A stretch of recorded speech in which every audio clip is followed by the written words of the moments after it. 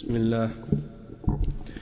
الله والحمد لله والصلاة والسلام على رسول الله وعلى آله وصحبه ومن والاه أما بعد.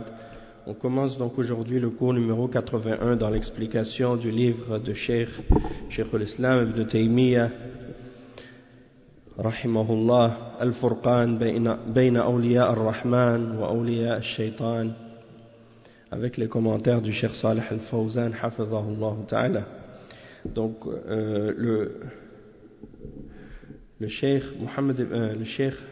Ibn Taymiyyah rahimahullah, il explique maintenant, ou il cite maintenant le verset 48 dans Surat Al-Anfal, dans lequel Allah subhanahu wa ta'ala dit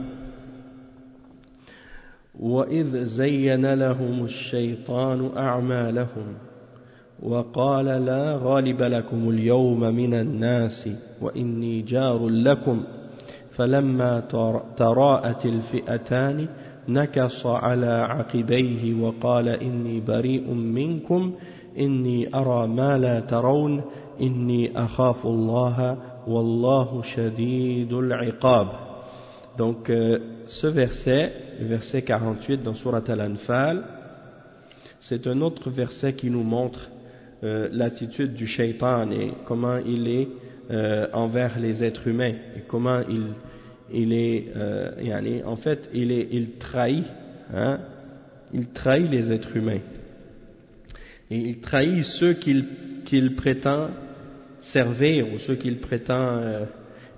dont il prétend être l'allié au jour de la résurrection et même dans cette vie d'ici-bas. Et Allah subhanahu wa ta'ala justement il dit, et quand le diable leur eut embelli leurs actions et dit nul parmi les humains ne peut vous dominer aujourd'hui et je suis votre soutien, mais lorsque les deux groupes furent en vue l'un de l'autre, il tourna les talons et il dit je vous désavoue, je vois ce que vous ne voyez pas, je crains Allah et Allah est dur en punition. Donc ça c'est pour montrer comment il est lâche et comment il est traître. Il promet son soutien, il promet d'être avec ceux qui sont avec lui, puis lorsqu'il voit la réalité, lorsqu'il voit la menace, il les abandonne. Et donc il dit même qu'il craint Allah, imaginez.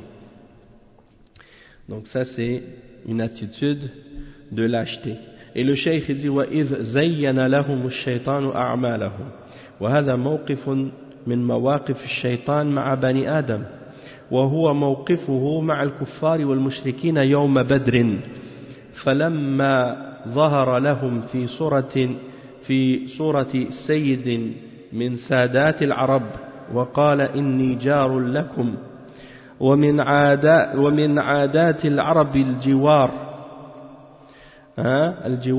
فهم يستجيرون بالأقوياء وبالرؤساء وإذ زين لهم الشيطان أعمالهم وقال لا غالب لكم اليوم من الناس وإني جار لكم يعني لا تخافوا فأوردهم وعزمهم على القتال وغرر بهم على القتال وقال لا غالب لكم اليوم وهذا غرور والعياذ بالله وإني جار لكم يعني ما أحد يصل إليكم فلما التحم القتال والتقى الصفان تراءى الجمعان يعني جمع المسلمين وجمع الكفار يعني هرب الشيطان وتركهم وإذ زين لهم الشيطان أعمالهم وقال لا غالب لكم اليوم من الناس وإني جار لكم فلما تراءت الفئتان نكص يعني أي رجع على عقبيه وهو يقول إني جار لكم نكص على عقبيه وقال إني بريء منكم ولما ورطهم رجع عنهم وقال إني بريء منكم يعني السبب إني أرى ما لا ترون. وماذا يرى؟ رأى الملائكة مع الرسول صلى الله عليه وسلم وأصحابه والشيطان لا تجتمع مع الملائكة أبدا فلما رأى الملائكة هرب إني أرى ما لا ترون إني أخاف الله الخوف يعني توا يأتيه إني أخاف الله والله شديد العقاب. هذا موقف له في الدنيا وذكر الله موقفه منهم في الآخرة. هذا موقف الشيطان من أوليائه في الدنيا في وقعة بدر وموقفه منهم في الآخرة كما في الآية. Donc le cheikh il explique que lorsque le shaitan leur a embelli leurs actions, ça c'est une des positions parmi les situations et les exemples du comportement du shaitan avec les êtres humains. Et on voit sa position ici avec les kuffars et avec les mushrikines le jour de la bataille de Badr. Lorsque il s'est présenté à eux sous l'apparence d'un parmi les chefs des Arabes. Et il leur a dit, je suis votre protecteur. Et parmi les habitudes des Arabes, c'est qu'ils cherchent toujours un protecteur, quelqu'un qui va les protéger, parce qu'ils cherchent toujours la protection des forts et des puissants. Et il dit, et le shaitan leur a embelli leurs actions. Lorsque le shaitan leur a embelli leurs actions, et il leur a dit, personne n'aura le dessus sur vous aujourd'hui. Parmi les gens n'aura le dessus sur vous aujourd'hui, et je suis votre soutien, je suis votre protecteur. C'est-à-dire, n'ayez crainte, n'ayez pas peur. Donc il leur promet qu'il va les supporter et il les incite au combat, et il les trompe à rentrer dans le combat. Et il leur dit, personne ne va avoir le dessus sur vous aujourd'hui. Tout ça c'est des tromperies, tout ça c'est des fausses promesses. Wal'iyadhu billah. Et il dit, et je suis votre soutien, votre protecteur. Personne ne va vous atteindre. Et donc, lorsque le combat est commencé et que les deux rangs se sont fait face, et que les deux groupes se sont placés les uns à la vue de l'autre, l'un face à l'autre, le groupe des musulmans en face des kuffars, eh bien le shaitan s'est enfui. Il les a abandonnés. Et il dit dans le verset, Allah subhanahu wa ta'ala dit dans le verset, donc que le shaitan leur a embelli leurs actions et il leur a dit, personne n'aura le dessus sur vous aujourd'hui. Et ensuite, lorsque il a vu les deux groupes se mettre l'un face à l'autre, il est retourné sur ses talons. Il est retourné sur ses talons et il a dit, je vous désavoue, c'est-à-dire je me désavoue de ce que vous faites et je vous abandonne, je vous laisse, je n'ai rien à voir avec vous. Donc après les avoir fait entrer dans le combat et après les avoir incités et encouragés, eh bien le voilà qu'il les abandonne et qu'il les laisse tomber. Et il leur dit, je vous désavoue. Et la raison de ça c'est quoi? C'est parce qu'il dit, je vois ce que vous ne voyez pas. Et qu'est-ce qu'il a vu? Le cheikh il dit, il a vu les anges avec le messager d'Allah sallallahu alayhi wa sallam et ses compagnons. Et le cheikh il dit, et les anges ne peuvent pas se réunir en présence c'est-à-dire les shayatines ne peuvent pas être réunis en présence des anges. Les diables ne peuvent pas supporter et rester en présence des anges. C'est pas possible pour eux de rester en présence des anges. Alors, quand il a vu les anges, il s'est enfui. Il a dit, je vois ce que vous ne voyez pas. Et donc il a eu peur la peur lui est venue et il est parti. Il a pris la fuite. Wa alaykum salam wa rahmatullah. Et il a dit, moi je crains Allah, et Allah est dur en châtiment. Donc ça c'est une des situations et un exemple parmi les positions du shaitan avec ses alliés dans la dunya, lors de la bataille de Badr. Et on voit aussi sa position vis-à-vis d'eux dans l'au-delà et comment il va agir avec eux dans l'au-delà.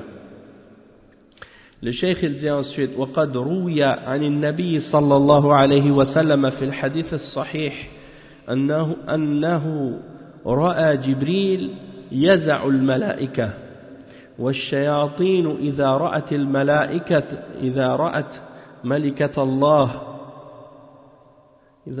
ملكة الله التي يؤيد بها عباده هربت منهم والشياطين إذا رأت ملكة الله التي يؤيد بها عباده هربت منهم.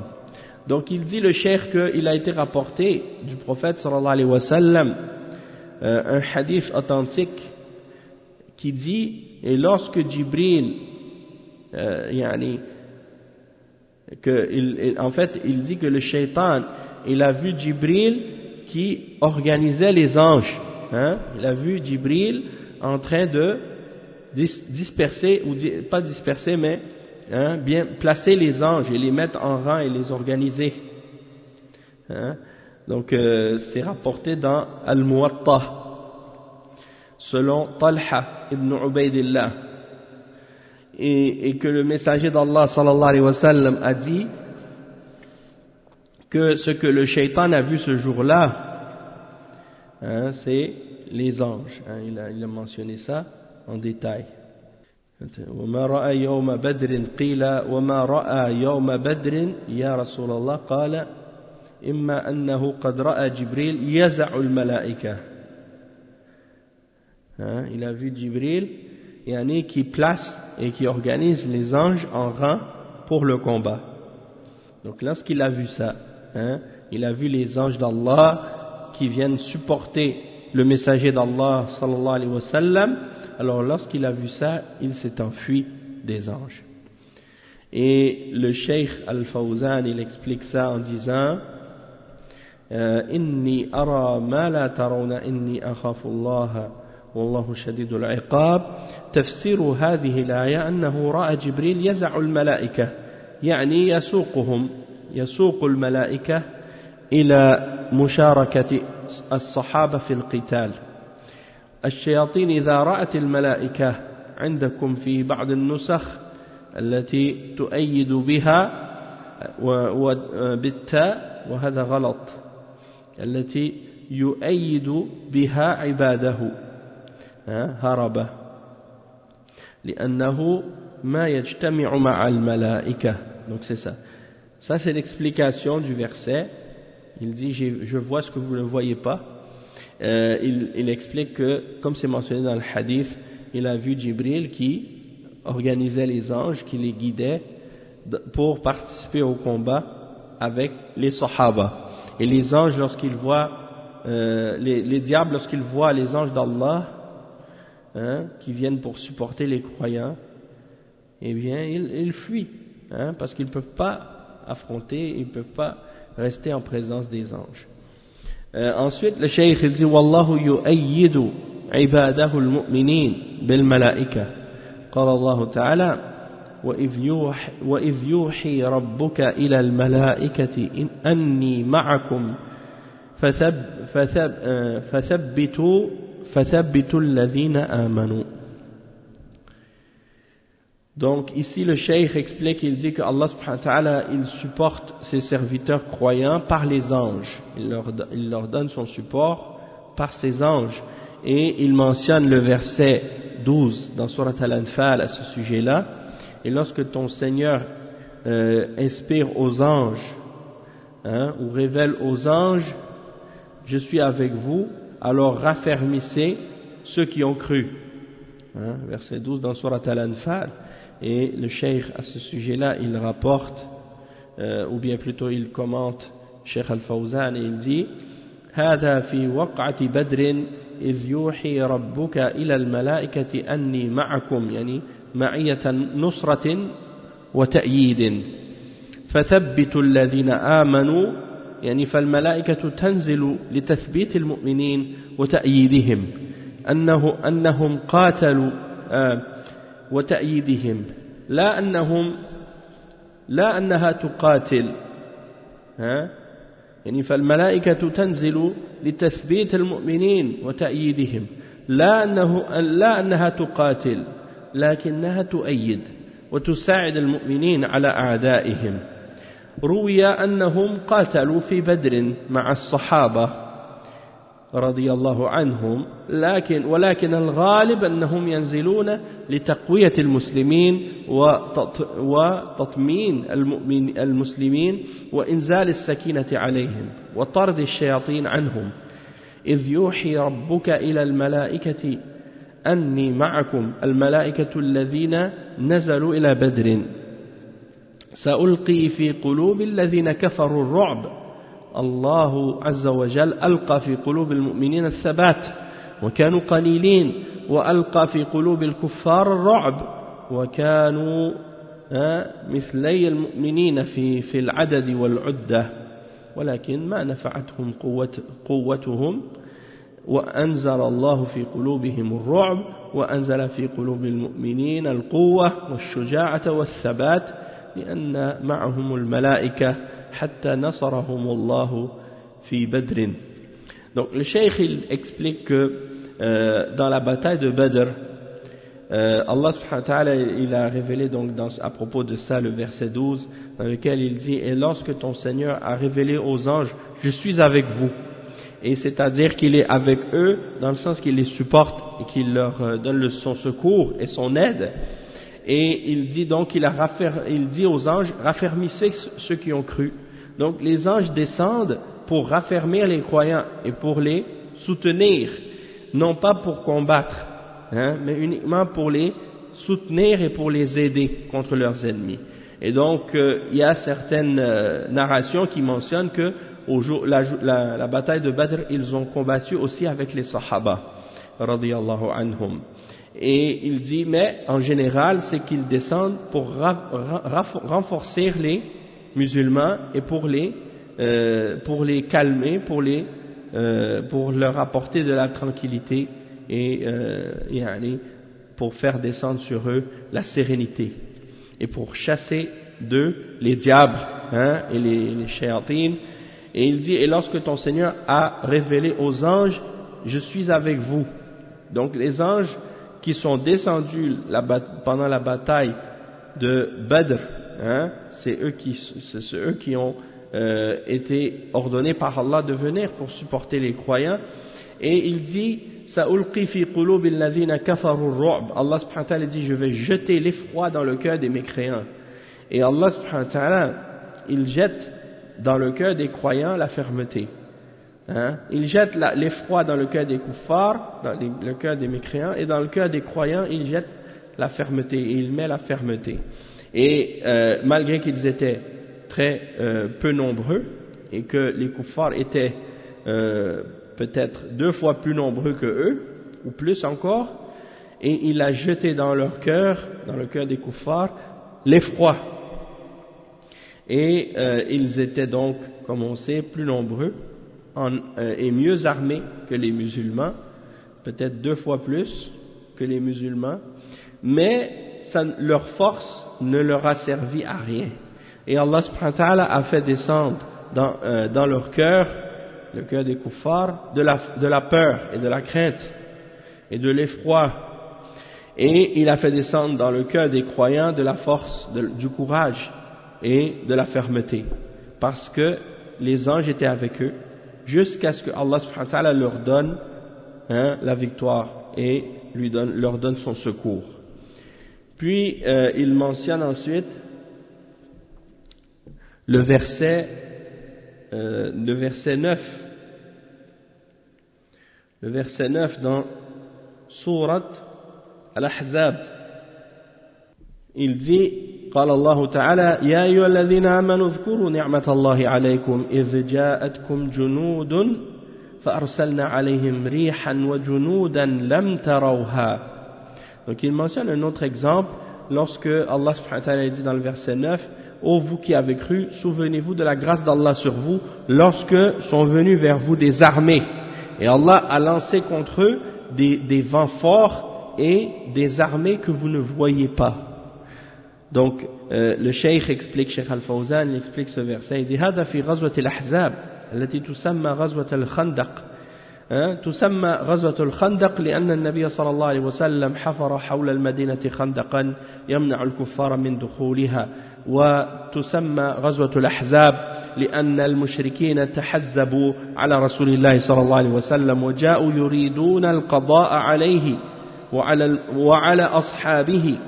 اذكروا نعمة الله عليكم يعني النصر إذ جاءتكم جنود يعني جنود الكفار ليسوا قريش فقط معهم قبائل العرب الكثيرة ولذلك سموا بالأحزاب.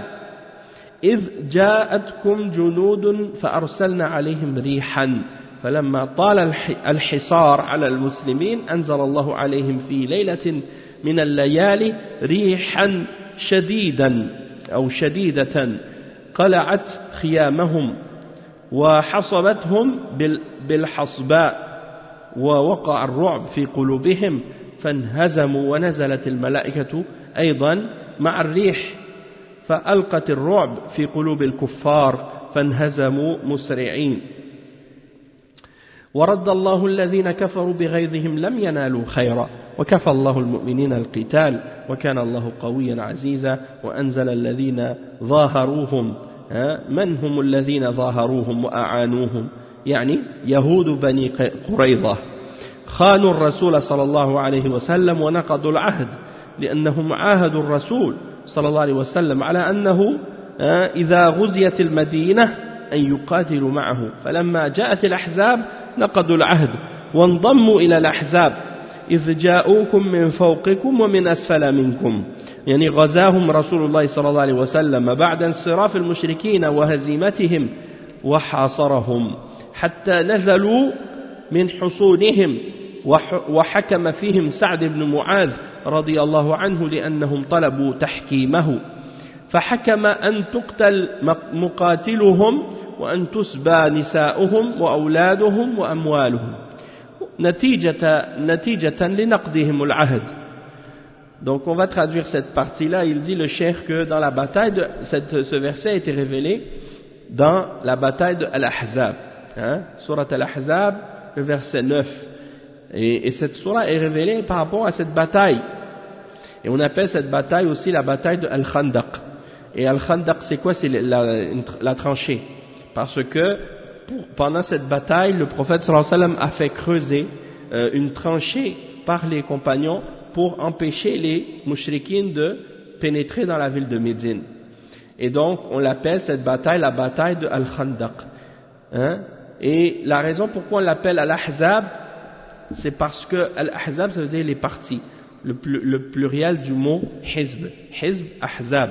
Et le pluriel du mot Hizb, pourquoi on l'appelle Al-Ahzab? Parce que plusieurs groupes des mushrikines se sont réunis ensemble contre le messager d'Allah sallallahu alayhi wa sallam et les musulmans. Donc c'était pas uniquement c'était pas seulement les kuffars de Quraysh qui se sont rassemblés pour combattre, mais beaucoup d'autres tribus et beaucoup d'autres groupes, et même parmi les non-arabes, parmi les juifs aussi. Et le cheikh il dit, c'est pour ça qu'on a appelé cette bataille-là la bataille des coalisés ou al-Ahzab, parce qu'il y a plusieurs groupes, et donc c'était une coalition de mushrikines et de kuffars.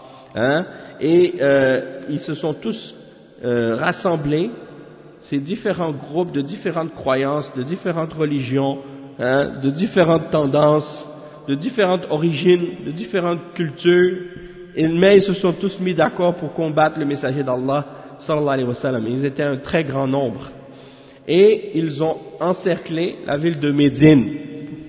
Oui, c'était les tribus réunies, toutes les différentes tribus, différents groupes, tous ensemble réunis contre les Sahaba. Et Allah subhanahu wa ta'ala, il dit, et souvenez-vous de la grâce d'Allah sur vous, c'est-à-dire de cette victoire, lorsque les armées sont venues, les armées des kuffars. Et il dit, c'était pas seulement Quraysh, ils avaient avec eux beaucoup d'autres tribus arabes. Et ils les ont appelés à cause de ça, Al-Ahzab. Lorsqu'ils sont venus, et que Allah a envoyé contre eux des vents extrêmement forts, parce qu'ils ont assiégé les musulmans pendant une longue durée de temps, plusieurs nuits, plusieurs jours, et les vents ont commencé à souffler extrêmement fort, leurs tentes ont commencé à s'arracher et à s'envoler, et les vents ont amené sur eux des pierres et de la poussière, des roches, des choses qui commençaient à les frapper, et la crainte et la peur est rentrée dans leur cœur, et les anges sont descendus aussi en même temps avec ce vent fort.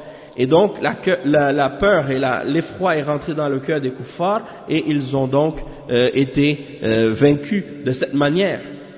Donc c'est Allah subhanahu wa ta'ala qui les a vaincus. Et il n'y a même pas eu de combat. Et c'est pour ça que Allah subhanahu wa ta'ala dit justement dans cette sourate à propos de cette bataille, le verset 25 et 26, dans sourate Al-Ahzab. On va lire ensemble ces versets. Allah subhanahu wa ta'ala dit ce qui signifie, et Allah a envoyé avec leur rage les infidèles, les mécréants, sans qu'ils n'aient obtenu aucun bien. Ils n'ont rien, lam yanalu khayra, ils n'ont rien reçu de bien. Et Allah a épargné aux croyants le combat. Wa kafallahu al-mu'minina al-qital. Et Allah est fort et puissant. Et il a fait descendre de leur forteresse ceux des gens du livre qui les avaient soutenus. Parmi les gens du livre qui les avaient soutenus. Et le cheikh il dit, qui sont ceux qui les avaient soutenus? Il dit, c'est les juifs de la tribu de Bani Quraïda, la tribu de Quraïda qui eux avaient une entente de paix avec le messager d'Allah sallallahu alayhi wa sallam. Ils avaient signé une entente avec le messager d'Allah que si jamais des gens venaient attaquer Médine, ils devaient la défendre avec le messager d'Allah sallallahu alayhi wa sallam et les sahaba. Donc le prophète sallallahu alayhi wa sallam avait fait cette entente de paix avec les juifs, de dire que si jamais les musulmans de Médine étaient attaqués, ils devaient défendre Médine avec les musulmans. Et qu'est-ce qui est arrivé? Lorsque les juifs ont vu les coalisés venir, les arabes et les mushrikines, eh bien ils se sont mis avec les ahzab, avec les coalisés, et ils ont trahi et brisé leur entente de paix avec le messager d'Allah sallallahu alayhi wa sallam. Et donc ils se sont ralliés aux ennemis, des musulmans. Et donc c'est pour ça que Allah subhanahu wa ta'ala dit justement à propos de ça dans le verset 10, yani إِذْ جَاءُكُمْ مِنْ فَوْقِكُمْ وَمِنْ أَسْفَلَ مِنْكُمْ. Il dit lorsqu'ils vinrent d'en haut et d'en bas, de toutes parts, parce que les juifs étaient de l'autre côté de Médine et les mouchriquines étaient venus de l'autre direction, vers Uhud, par Uhud, ou bien plutôt par la direction, en tout cas d'une autre direction. Ils sont venus d'une direction, et les juifs eux étaient de l'autre direction parce qu'ils étaient de l'autre côté, et ils se sont tous réunis pour combattre les musulmans. Allah al-Musta'an. Et donc le cheikh il dit, et le messager d'Allah sallallahu alayhi wa sallam les a combattus, et après que les mouchriquines ont été battus et qu'ils sont retournés chez eux, après les avoir assiégés, pendant une longue durée de temps, ils sont tous partis. Et les juifs, eux, ils ne peuvent pas s'en aller, parce qu'ils habitent là-bas. Mais ils ont été abandonnés par les autres arabes. Alors qu'est-ce qui est arrivé? Le prophète sallallahu alayhi wa sallam est allé, et il les a encerclés dans parce que les juifs habitaient dans des forteresses, ils avaient des villes fortifiées, et là où ils habitaient, ils étaient entourés donc d'une muraille, et les musulmans les ont assiégés pendant un bon bout de temps, et finalement ils ont accepté de se rendre, ils ont accepté de se rendre, selon les conditions que Sa'd ibn Mu'adh allait donner. Parce qu'ils ont dit, on accepte de se rendre à condition que ce soit Sa'd ibn Mu'adh qui juge. Et donc, Sa'd ibn Mu'adh a jugé. Et qu'est-ce qu'il a jugé? Il a jugé que leurs combattants soient tués, que leurs femmes soient prisonnières, ainsi que leurs enfants et leurs biens deviendront la propriété des musulmans. Et la raison de ça, c'est parce qu'ils ont brisé leur entente, ils ont trahi leur entente. Et ça, c'est la rétribution des traîtres et des gens qui trahissent leur entente, surtout en temps de guerre. Hein? Alors, Sa'd ibn Mu'adh, il a fait ce jugement-là, et le prophète sallallahu alayhi wa sallam lui a dit, tu as jugé par le jugement d'Allah. Le jugement que tu as donné, ça c'était le jugement d'Allah. Et donc, Allah subhanahu wa ta'ala, il dit dans le verset, وَأَنزَلَ الَّذِينَ ظَاهَرُوهُمْ مِنْ أَهْلِ الْكِتَابِ مِنْ صَيَاصِيهِمْ يعني اليهود يعني صياصيهم يعني قصورهم وحصونهم. Donc Allah subhanahu wa ta'ala, il a fait descendre ceux qui avaient aidé les mushrikines contre les musulmans de leurs forteresses et de leurs palais et de leurs forteresses, وَقَذَفَ فِي قُلُوبِهِمُ الرُّعْبَ, et il a jeté dans leur cœur l'effroi. فَرِيقًا تَقْتُلُونَ وَتَأْسِرُونَ فَرِيقًا, un groupe d'entre eux vous tuez et l'autre groupe vous les prenez prisonniers. وَأَوْرَثَكُمْ أَرْضَهُمْ وَدِيَارَهُمْ وَأَمْوَالَهُمْ وَأَرْضًا لَمْ تَطَئُوهَا, et Allah subhanahu wa ta'ala vous a fait, il a jeté l'effroi dans leur cœur, et après il dit, et il vous a fait hériter de leurs terres, de leurs maisons et de leurs biens, et des terres que vous n'avez pas encore, des terres sur lesquelles vous n'avez pas encore marché. Ça c'est les versets 26 et 27 dans Surat Al-Ahzab.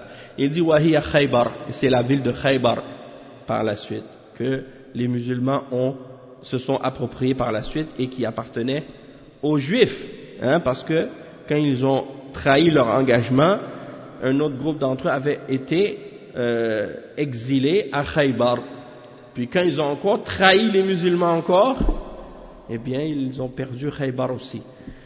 Et donc c'est Allah subhanahu wa ta'ala qui leur a fait hériter de ces régions-là. Il dit فَأَوْرَثَهُمُ اللَّهُ إِيَّاهَا بَعْدَ ذَلِكَ فالحاصل أن هذا نتيجة الصبر والثبات للمؤمنين وأن المؤمنين تكون معهم الملائكة والكفار تكون معهم الشياطين.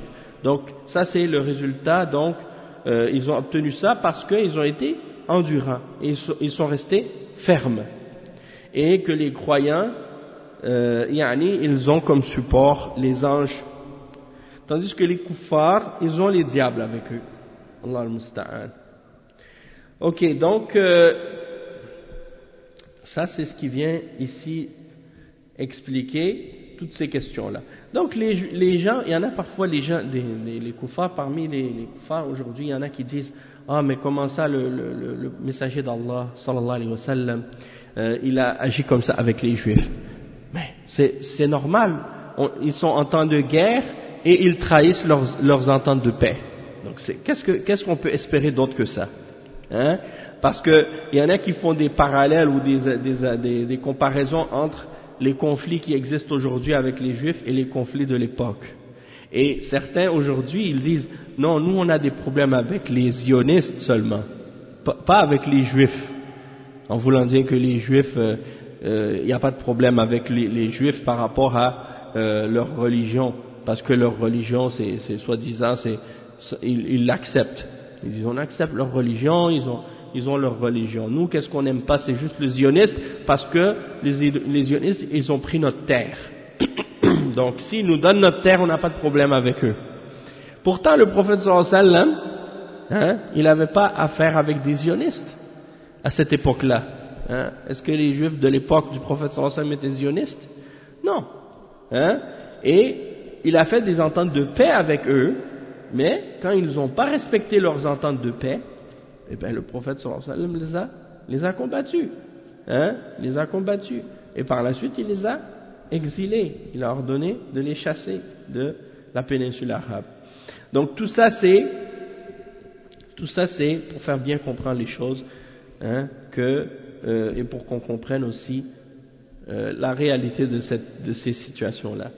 Donc nous on va s'arrêter ici pour aujourd'hui, comme j'avais expliqué plus tôt que le cours aujourd'hui va être moins long parce que j'ai malheureusement beaucoup d'occupations et des choses à régler. Donc Inch'Allah on va s'arrêter ici. Demain c'est vendredi, d'après le nouveau programme qu'on a fait, le vendredi ça va être un autre cours. Le cours de Al-Furqan, ça va être seulement le mercredi et jeudi. Donc demain, ça va être un autre sujet. On s'arrête donc ici, Inch'Allah. Subhanakallahumma bihamdika ashhadu an la ilaha illa anta astaghfiruka wa atubu ilayk. Wa sallallahu wa sallam ala nabiyyina Muhammad wa ala alihi wa sahbihi ajma'in. Wassalamu alaykum wa rahmatullahi wa barakatuh.